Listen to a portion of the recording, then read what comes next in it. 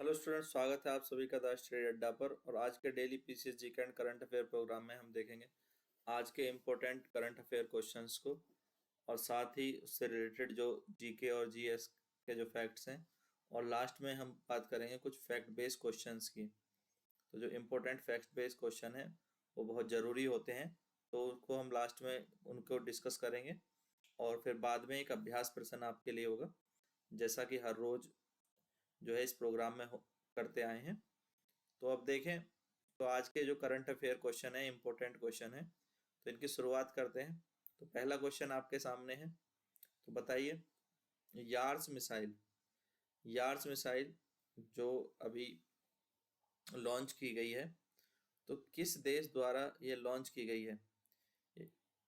ICBM inter continental ballistic missile है ये, York missile. ICBM क्यों कहते हैं इनको? कि ये जो मिसाइलें होती हैं ये इंटर कॉन्टिनेंटल यानी एक महाद्वीप से दूसरे महाद्वीप तक ये वॉर कर सकती है। यानी इनकी रेंज जो है काफ़ी अधिक दूरी तक होती है, 10,000 किलोमीटर से अधिक दूरी पर ये वार कर सकती हैं। तो आईसीबीएम मिसाइल का भी प्रशिक्षण किया गया है। किसके द्वारा किया गया है यही आपको बताना है। तो ये आईसीबीएम मिसाइल है, यार्स मिसाइल, और ये किया गया है रूस के द्वारा। तो रूस ने जो है RS-24 years intercontinental ballistic missile का जो है प्रशिक्षण किया है, और इसकी रेंज बताई जा रही है 12,000 किलोमीटर। तो ये 12,000 किलोमीटर तक, 11,000 किलोमीटर से अधिक दूरी पर टारगेट को जो है वो निशाना बना सकती है। और ये स्वतंत्र रूप से टारगेट जो है वो सेलेक्ट करके उसको वो भेद सकती है, और साथ ही ये अपने आप टारगेट तय करती है। और इसमें जो है टारगेट को बदला भी जा सकता है प्रक्षेपण के दौरान भी। तो इस तरह की टेक्नोलॉजी इसमें विकसित की गई है। तो ये आईसीबीएम, अभी इस तरह की कई मिसाइलें दुनिया भर के देशों में विकसित की जा रही हैं, चीन में, अमेरिका में, भारत में, रूस में, जो लंबी दूरी तक वार कर सकती हैं। तो इन्हें बोलते हैं इंटर कॉन्टिनेंटल बैलिस्टिक मिसाइल्स। तो रूस द्वारा जो विकसित की गई है उसका नाम है यार्स, ये याद रखना है आपको। अगला प्रश्न देखें, MH-60R सी हॉक ये क्या है? तो यहाँ आप देख सकते हैं, ये एक ब्लैक हॉक हेलीकॉप्टर का समुद्री वर्जन है। ठीक है, समुद्री संस्करण है ब्लैक हॉक हेलीकॉप्टर का। अब ये क्या होते हैं कि अभी जो है INS गरुड़ पर उतारा गया इसको, कोच्चि में INS गरुड़ समुद्री जहाज पर ब्लैक हॉक हेलीकॉप्टर को उतारा गया। और ये क्या नाम है इसका? इसका नाम है 60R सी हॉक। तो ये अमेरिका की सरकार से समझौता करके ये हेलीकॉप्टर जो है खरीदे गए हैं और इनको विकसित किया गया है। ये सी हॉक जो है ये काम आएगा पनडुब्बी रोधी युद्ध में, सतह रोधी युद्धों में, खोज और बचाव अभियानों में। तो इन सी हॉक हेलीकॉप्टर को हमने USA से जो है खरीदा है। ठीक है, अगला प्रश्न देखें, अदिति योजना। तो अदिति योजना अभी क्यों चर्चा में आई है? कल भी हमने बात करी थी डेफ कनेक्ट की। तो डेफ कनेक्ट 2024 सम्मेलन का उद्घाटन किया था रक्षा मंत्री राजनाथ सिंह के द्वारा। तो वहीं पर ये योजना जो है घोषित की गई। तो डेफ कनेक्ट क्यों किया गया था? स्वदेशी जो नवाचार के क्षेत्र हैं, रक्षा क्षेत्र में स्वदेशी नवाचार को विकसित करने के लिए। और अदिति योजना भी रक्षा क्षेत्र से संबंधित है। अदिति योजना भी किससे संबंधित है? रक्षा क्षेत्र से संबंधित है। तो अभी जो डेफ कनेक्ट हुआ इसमें ही इसकी घोषणा की गई है। तो इसके लिए जो भी राशि आवंटित की गई है वो आप देख सकते हैं, 750 करोड़ की राशि आवंटित की गई है। इसका लक्ष्य वही है, नवाचार को बढ़ावा देना, प्रौद्योगिकी को बढ़ावा देना, और ये सब इसके लक्ष्य रखे गए हैं। तो अभी इसके लिए जो है 2023-24 और 25-26 के लिए 750 करोड़ रुपए आवंटित किए गए हैं अदिति योजना के लिए। तो आपको इसको जो है थोड़ा सा ध्यान में रखना है। अदिति योजना जो रक्षा क्षेत्र से संबंधित है। गर्भपात के अधिकार को अपने संविधान में शामिल करने वाला विश्व का पहला देश कौन बन गया है? तो बहुत इंपॉर्टेंट क्वेश्चन है ये, बहुत इंपॉर्टेंट क्वेश्चन है। आने वाले एग्जाम्स में इसके पूछे जाने की संभावना बहुत अधिक बढ़ जाती है। तो अभी जो है अबॉर्शन को एक राइट के रूप में जो है संविधान में शामिल किया है फ्रांस ने। तो फ्रांस ने अब जो है अबॉर्शन को एक स्वतंत्रता की गारंटी की तरह अपने संविधान में शामिल कर लिया है, यानी वहां पर अब जो गर्भपात कराना एक संवैधानिक अधिकार में आएगा। ठीक है, तो फ्रांस के बारे में जान लेते हैं। ये है यूरोपीय देश है फ्रांस, जिसकी राजधानी है पेरिस। ठीक है, फ्रांस की राजधानी पेरिस। यहाँ की मुद्रा क्या है? यहाँ की मुद्रा है यूरो। फ्रांस की मुद्रा यूरो। राष्ट्रपति हैं इनेमुल मैक्रो, और अभी जो है जनवरी 2024 में ही चुने गए फ्रांस के प्रधानमंत्री जो गैब्रियल निसिम अटल। अभी ये हाल ही में चुने गए थे, जनवरी 2024 में ही अटल जो है यहाँ के गैब्रियल अटल पीएम बने हैं। इनेमुल मैक्रो पहले से ही काफी समय से जो प्रेसिडेंट है यहाँ पर, ये आपको मालूम ही है। अभी इनेमुल मैक्रो भारत की यात्रा पर भी आए थे। और मुद्रा है यूरो और राजधानी है पेरिस, इतना याद रखेंगे। अगर बात करें इसके सीमा रेखा की, तो ये भूमध्य सागर से अपनी सीमा रेखा इसकी लगती है, और इधर अटलांटिक महासागर से। साथ ही स्पेन, स्पेन के साथ बॉर्डर लगता है दक्षिण में, और इटली के साथ बॉर्डर लगता है पूर्व में। स्विट्जरलैंड से भी इसका बॉर्डर शेयर होता है पूर्व में। लग्जमबर्ग, बेल्जियम, जर्मनी, तो इन सब देशों के साथ जो है सीमा रेखा फ्रांस की लगती है। साथ ही इधर अटलांटिक ओशियन से, और यहाँ पर मध्य भूमध्य सागर, मेडिटेरियन सी, तो इन दो के साथ सीमा रेखा बनाता है फ्रांस। तो भूमध्य सागर और अटलांटिक ओशियन के बीच में स्थित है। तो इतना याद रखेंगे। अगले प्रश्न पर चलते हैं। ई किसान उपज निधि, ई किसान उपज निधि ये पहल की गई है, तो इसका क्या उद्देश्य है? तो ये किस लिए है ई किसान उपज निधि? किसानों के भंडारण रसद को आसान बनाने के लिए। तो किसान जो अपनी उपज का भंडारण करते हैं, उसके लिए टेक्नोलॉजी की मदद लेकर के किसानों की भंडारण व्यवस्था को आसान बनाएगी ये ई किसान उपज निधि, और किसानों को उनकी उपज के उचित मूल्य प्राप्त करने में सहायता मिलेगी। जब वो उसको स्टोर कर पाएंगे, तो फिर बाद में उचित समय पर उचित मूल्य पर उसको बेच पाएंगे। तो इसी उद्देश्य के साथ ये योजना शुरू की गई है, ये पोर्टल शुरू किया गया है, ई किसान उपज निधि पोर्टल। हाल ही में देश के सबसे बुजुर्ग सांसद शफीकुर रहमान बर्क, इनका निधन हो गया। ये किस राज्य से संबंधित थे? तो ये उत्तर प्रदेश से संबंधित है। जो सपा पार्टी है, समाजवादी पार्टी के सांसद थे, और ये सबसे बुजुर्ग सांसद थे। वर्तमान में 94 वर्ष की उम्र में इनका निधन हो गया। अब सांसद ही थे ये अभी भी। तो कहाँ से सांसद थे? ये संभल से, उत्तर प्रदेश के संभल से ही समाजवादी पार्टी के सांसद थे शफीकुर रहमान बर्क, और 94 वर्ष की उम्र में इनका निधन हो गया। प्रयागराज से हल्दिया तक राष्ट्रीय जलमार्ग संख्या 1 यानी नेशनल वाटरवे नंबर 1, ये किस साल घोषित हुआ था? ये आपको बताना है, बहुत इंपॉर्टेंट क्वेश्चन है। ये पहला जो राष्ट्रीय जलमार्ग है, जो कि इलाहाबाद से हल्दिया, इलाहाबाद को वर्तमान में प्रयागराज के नाम से जाना जाता है, तो प्रयागराज से हल्दिया तक घोषित किया गया था। वो किस वर्ष घोषित किया गया था? तो ये घोषित किया था 1986 में। तो 1986 में घोषित किया गया था। देखो यहाँ पर ये इलाहाबाद से, ये इलाहाबाद से लेकर के यहाँ तक, ठीक है, ये है आपका नेशनल वाटरवे 1। ठीक है, नेशनल वाटरवे नंबर 1। इसके बाद देखें तो नेशनल वाटरवे नंबर 2 कहाँ है? 2 ये है ब्रह्मपुत्र नदी में वाला मार्ग। ये गंगा नदी का मार्ग था, दूसरा ब्रह्मपुत्र नदी का मार्ग है ये। इसको हमने घोषित किया है राष्ट्रीय जलमार्ग नंबर 2। ठीक है, तो इसका कुछ हिस्सा और गंगा नदी में घोषित किया है राष्ट्रीय जलमार्ग नंबर 1। इसी तरह से राष्ट्रीय जलमार्ग 3 कहाँ है? 3 ये है यहाँ पर केरल में नीचे। और राष्ट्रीय जलमार्ग 4 कहाँ है? ये कृष्णा नदी पर है, राष्ट्रीय जलमार्ग 4। ये कृष्णा नदी पर है। ठीक है। इसके अलावा राष्ट्रीय जलमार्ग 5 कहाँ है? ये ब्राह्मणी नदी से ये आता है। ठीक है, तो ये ब्राह्मणी नदी पर है। और जलमार्ग एक सबसे लंबा कौन सा है राष्ट्रीय जलमार्ग? तो NW1, ये भारत का सबसे लंबा राष्ट्रीय जलमार्ग है। 1620 किलोमीटर इसकी लंबाई है। कहाँ से कहाँ तक? प्रयागराज से हल्दिया तक।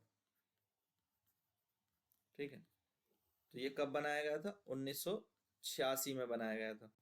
इतना याद रखेंगे, 1986 में बनाया था, क्योंकि राष्ट्रीय जलमार्ग अधिनियम कब आया था? 1982। तो 1982 में राष्ट्रीय जलमार्ग अधिनियम आया था, उसी के तहत ये बनाया गया था 1986 में, 27 अक्टूबर 1986 को।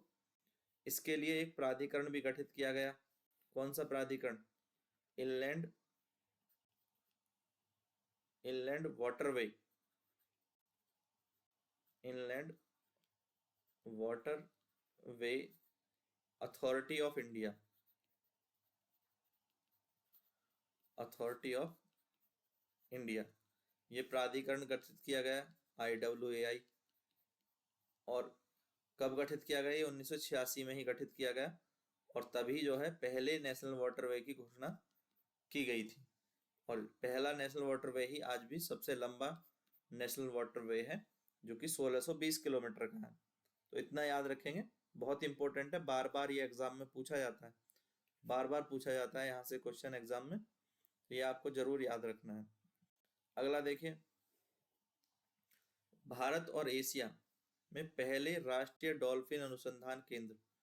अभी डॉल्फिन को भारत का राष्ट्रीय जलीय जीव घोषित किया गया था। राष्ट्रीय जलीय जीव कौन है भारत का? तो वह है गंगा डॉल्फिन, गंगा डॉल्फिन, या कह देते हैं गंगेटिक डॉल्फिन। ठीक है, तो गंगा डॉल्फिन हमारा राष्ट्रीय जलीय जीव है। उत्तर प्रदेश का भी जलीय जीव डॉल्फिन ही है, गंगा डॉल्फिन ही है। अब ये जो राष्ट्रीय डॉल्फिन अनुसंधान केंद्र है, ये कहाँ पर लगाया गया है? कहाँ पर इसका केंद्र बनाया गया है?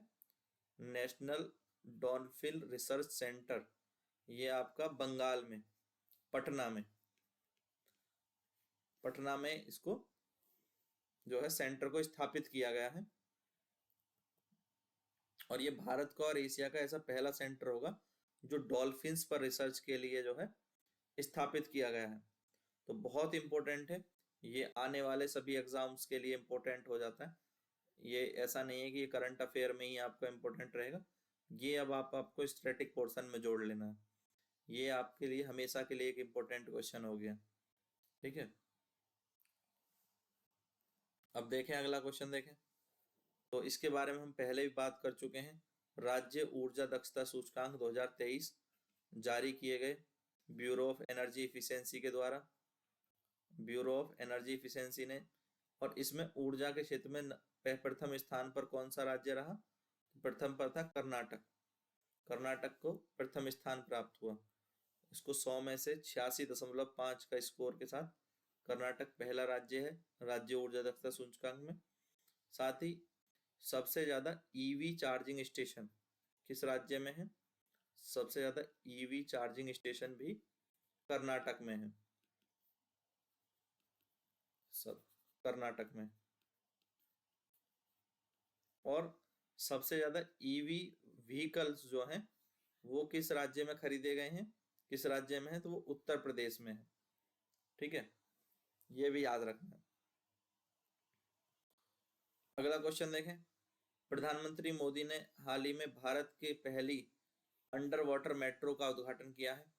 तो अंडर वाटर मेट्रो का उद्घाटन कहाँ पर किया गया है? महाराष्ट्र, उत्तर प्रदेश, कर्नाटक या पश्चिम बंगाल? तो ये पश्चिम बंगाल में कोलकाता में जो है अंडर वाटर मेट्रो चलाई गई है, और इसका वर्चुअली जो है उद्घाटन किया गया प्रधानमंत्री मोदी के द्वारा। तो ये देश की पहली अंडर वाटर मेट्रो है जो हुगली नदी के अंदर से गुजरेगी। कलकत्ता में कहाँ पर? हुगली नदी पर। और उसमें 30-32 मीटर की गहराई पर ये जो है नदी के नीचे से गुजरती है। और जो हावड़ा स्टेशन है, हावड़ा स्टेशन वो देश का सबसे गहरा मेट्रो स्टेशन अब बन जाएगा। वो भी 30-32 मीटर नीचे स्थित है, नदी के नीचे नहीं है, और ये जो है गहराई में स्थित है, यानी बेसमेंट में स्थित मेट्रो स्टेशन है। तो सबसे गहराई पर स्थित मेट्रो स्टेशन अब देश का हावड़ा मेट्रो स्टेशन बन गया है। और किसी नदी के नीचे से अंडर वाटर मेट्रो गुजरने का जो है वो पहली बार ही अंडर वाटर मेट्रो गुजारी गई है। आपने दिल्ली में कई जगह मेट्रो लाइन देखी होगी, तो जहाँ भी जो है जैसे यमुना के ऊपर से तो ओवर ब्रिज बना करके जो है उनको गुजारा गया है, तो वहां पर ब्रिज बनाए गए हैं, तो ऊपर से जाती है मेट्रो। बट ये मेट्रो लाइन नदी के नीचे से जाएगी, तो ये स्पेशलिटी है यहाँ पर। अंडर वाटर मेट्रो पहली बार बनाई गई है हुगली नदी में, हुगली नदी के नीचे। ठीक है, ये भी याद रखना। अब आते हैं आज के फैक्ट बेस्ड क्वेश्चन पे। जैसा कि मैं हमेशा ही कहता हूँ, फैक्ट बेस्ड क्वेश्चन ये वो क्वेश्चन है जो बताते हैं कि आपकी जीके की जो प्रिपरेशन है वो कितनी अच्छी चल रही है या आपकी कितनी तैयारी है। अगर इन क्वेश्चंस के आंसर आप करने में आपको प्रॉब्लम हो रही है तो आपको अधिक मेहनत की जरूरत है। यहाँ से आपको जो है अपना एक ये आइडिया भी लग जाता है कि आपको जो है फैक्ट्स पर ज़्यादा ध्यान देने की जरूरत है। और अगर आप इन क्वेश्चन के आसानी से उत्तर कर पा रहे हैं, यानी आपकी फैक्ट्स की तैयारी काफ़ी अच्छी है, तो आपको उसी तरह से अपनी तैयारी को बनाए रखना है। तो चलिए देखते हैं आज के फैक्ट बेस्ड क्वेश्चन, जो मैंने कुछ डिस्कवरीज से रिलेटेड जो है कवर किए हैं। पिछले वीडियो में भी हमने डिस्कवरीज की चर्चा की थी, खोजों पर चर्चा की थी, और ये सारी खोजें जो है हमने साइंस से, फिजिक्स, केमिस्ट्री, बायोलॉजी के फील्ड में जो है उनको कलेक्ट किया है। और जो बहुत सारे साइंटिस्ट हैं जिन्होंने खोजें की हैं, तो किसने किसकी खोज की है इसी पर आधारित जो है क्वेश्चंस रखे गए हैं। तो देखते हैं आज के फैक्ट बेस्ड क्वेश्चन को। तो इलेक्ट्रॉन की खोज किसने की है? तो इलेक्ट्रॉन की खोज बताएं किसने की है? James Chadwick, Ernest Rutherford, J Thomson या दिमित्री मेंडलीव। तो जे थॉमसन ने इलेक्ट्रॉन की खोज की है। ठीक है, इसके अलावा चैडविक ने किसकी खोज की है? न्यूट्रॉन की। रदरफोर्ड ने किसकी खोज की है? प्रोटॉन की। और न्यूक्लियस की खोज करने का भी श्रेय रदरफोर्ड को जाता है, नाभिक का। दिमित्री मेंडलीव पीरियोडिक टेबल से संबंधित है, आवर्त सारणी, पीरियोडिक टेबल। ठीक है, तो ये सारी खोजें जो है ये आप नोट डाउन कर लेंगे अपने पास, आपका रिवीजन हो जाएगा बहुत अच्छा इससे। इसके बाद हम देखें तो पेंसिलिन, जो एंटीबायोटिक दवा है पेंसिलिन, इसकी खोज किसने की है? तो बताएं, Louis Pasteur, Alexander Fleming, Marie Curie या रॉबर्ट हुक। तो इसका हो जाएगा एल्क्जेंडर फ्लेमिंग। तो एल्क्जेंडर फ्लेमिंग ने पेंसिलिन की खोज की है। और लुई पास्चर किस लिए जाने जाते हैं? पॉस्चराइजेशन के लिए। ठीक है, पॉस्चराइजेशन के प्रोसेस के जो है इन्होंने डिस्कवर किया था। मैडम क्यूरी को क्यों जाना जाता है? रेडियम और रेडियम की खोज के लिए, रेडियम धातु की खोज के लिए। रॉबर्ट हुक को क्यों जानते हैं हम? सेल यानी कोशिका की खोज के लिए। तो रेडियम और पोलोनियम की खोज की थी मैडम क्यूरी ने, पेंसिलिन की खोज की अलेक्जेंडर फ्लेमिंग ने, पाश्चरीकरण की प्रक्रिया को खोजा लुई पास्चर ने, और कोशिका की खोज की रॉबर्ट हुक ने। रॉबर्ट हुक ने 1665 में कोशिका की खोज की थी। अगला देखें, डीएनए की संरचना और जीवन के खाका पहचान, डीएनए को किसने खोजा? तो डीएनए की खोज किसने की बताएं? तो डीएनए की खोज करी थी जेम्स वॉटसन और फ्रांसिस क्रिक ने। और डीएनए की संरचना पर और भी डिटेल अध्ययन किया रोजालिंड फ्रैंकलिन ने। तो यहाँ पर हमारा आंसर जो है ऑप्शन सी हो जाएगा। और फ्रेडरिक मिसर ने न्यूक्लिक एसिड की खोज की, जो कि डीएनए में ही पाए जाते हैं न्यूक्लिक एसिड। उनकी खोज किसने की? फ्रेडरिक मिसर ने। और ऑक्सीजन की खोज की जोसेफ प्रिस्टली ने। अगला देखें, आवर्त सारणी। आवर्त सारणी के जनक किसे कहते हैं? पीरियोडिक टेबल के जनक, फादर ऑफ पीरियोडिक टेबल कौन है? ये है दिमित्री मेंडलीव। ठीक है, दिमित्री मेंडलीव को हम जानते हैं फादर ऑफ पीरियोडिक टेबल के रूप में। ऑक्सीजन जलाने में सहायक है, ये किसने बताया? लेवजियर ने। मेंडलीव ने आवर्त सारणी बताई। जॉन डाल्टन ने परमाणु सिद्धांत दिया, यानी कण सिद्धांत जिसे हम कह सकते हैं। कि हर चीज जो है परमाणु से मिलकर बनी है, कण से मिलकर बनी है। इसी तरह लैंगमोयर ने परमाणु और अणुओं में इलेक्ट्रॉनिक विन्यास, इलेक्ट्रॉनों का विन्यास, इलेक्ट्रॉन किस तरह से जो है वो कक्षाओं में भरे जाते हैं, उसको लेकर के सबसे पहले इरविंग लैंगमुयर ने जो है बताया था इलेक्ट्रॉनों के विन्यास के बारे में। वल्केनीकरण, वल्केनीकरण की प्रक्रिया जो कि रबर के गुणों में सुधार करती है, ये किसके द्वारा खोजी गई थी वल्केनीकरण? तो इसको खोजा था चार्ल्स गुडियर ने। किसने? चार्ल्स गुडियर ने। इसके अलावा माइकल फेराडे ने विद्युत चुंबकीय प्रेरण, इलेक्ट्रोमैग्नेटिक इंडक्शन की खोज की, इसके बारे में पता लगाया। लिंस पॉलिंग ने रासायनिक बंधों की प्रकृति और जटिल पदार्थों की संरचना के बारे में बताया।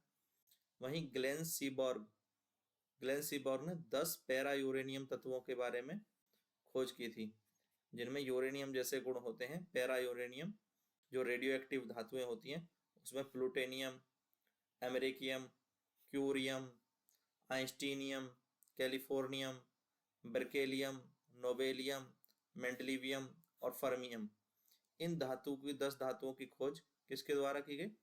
ये गैलन सीबॉर्ग के द्वारा की गई। तो इसीलिए इनको कहते हैं 10 परा यूरेनियम तत्वों की खोज इनके द्वारा की गई। तो ये थे आज के इंपॉर्टेंट फैक्ट बेस्ड क्वेश्चन। और अब लास्ट में एक आपके लिए होमवर्क क्वेश्चन, अभ्यास प्रश्न, जिसका उत्तर आपको कमेंट बॉक्स में देना है। तो अभी पाकिस्तान के प्रधानमंत्री के रूप में शपथ किसने ली है? तो वो नाम आपको ऑप्शन में कमेंट बॉक्स में बताना है। तो वीडियो आपको पसंद आया तो लाइक करें, शेयर करें और चैनल को सब्सक्राइब करना ना भूलें, क्योंकि बहुत कम लोग जो है चैनल को सब्सक्राइब करते हैं। बहुत सारे लोग वीडियो देखते हैं और सब्सक्राइब नहीं करते हैं, तो सब्सक्राइब भी जरूर करें। Thank you guys, thanks for watching.